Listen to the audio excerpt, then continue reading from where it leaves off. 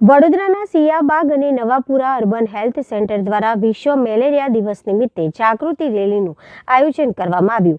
વિશ્વ મેલેરિયા દિવસ ઉજવવાનો મુખ્ય હેતુ લોકોને મેલેરિયા વિશે જાગૃત કરવાનો અને તેમના જીવનની સુરક્ષા કરવાનો છે।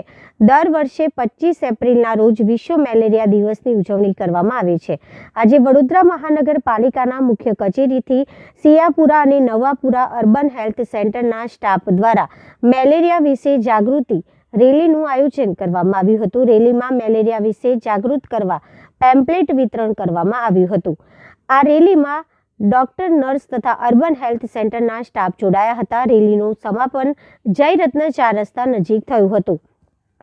મેલેરિયા કે જે મચ્છરો દ્વારા ફેલાતી સૌથી જીવલેણ બીમારી છે કે જે માદા એનોફિલિસ મચ્છરના કરડવાથી ફેલાય છે।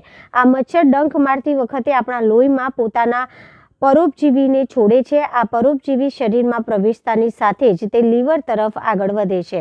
પરિપક્વતાના થોડાક દિવસો બાદ પરોપજીવી લોહીમાં પ્રવેશ કરે છે અને લાલ રક્ત કોશિકાઓને નુકસાન પહોંચાડે છે। લોકોને આ ખતરનાક સંક્રમણ વિશે જાગૃત કરવા માટે દર વર્ષે 25મી એપ્રિલે વિશ્વ મેલેરિયા દિવસની ઉજવણી કરવામાં આવે છે। આ દિવસની ઉજવણી કરવાનો હેતુ મેલેરિયા જેવા ખતરનાક રોગ ઉપર લોકો ધ્યાન કેન્દ્રિત કરવાનો અને તે પ્રત્યે જાગૃતતા ફેલાવવાનો છે, જે રોગથી દર વર્ષે લાખો લોકોના ભોગ લેવાય છે। વિશ્વ મેલેરિયા દિવસ નિમિત્તે વડોદરા મહાનગરપાલિકા આરોગ્ય વિભાગ દ્વારા આ રેલીનું આયોજન કરવામાં આવેલું છે।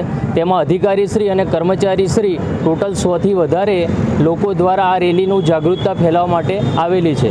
આ રેલી દ્વારા મેલેરિયાની જાગૃતતા ફેલાવવામાં આવેલ છે અને જનજાગૃતતાનો પણ આ રેલી જોડે સહયોગ મળી રહે તે હેતુથી આ રેલી કરવામાં આવેલ છે।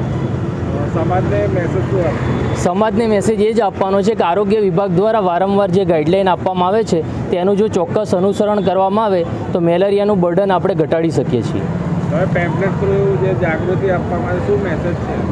પેમ્પલેટના અંદર મેલેરિયા કઈ રીતે ફેલાય છે, મચ્છર કઈ કઈ જગ્યાએ ઉત્પન્ન થાય છે તે તમામ જાતની એ પ્રોસેસ આના અંદર આપેલી છે।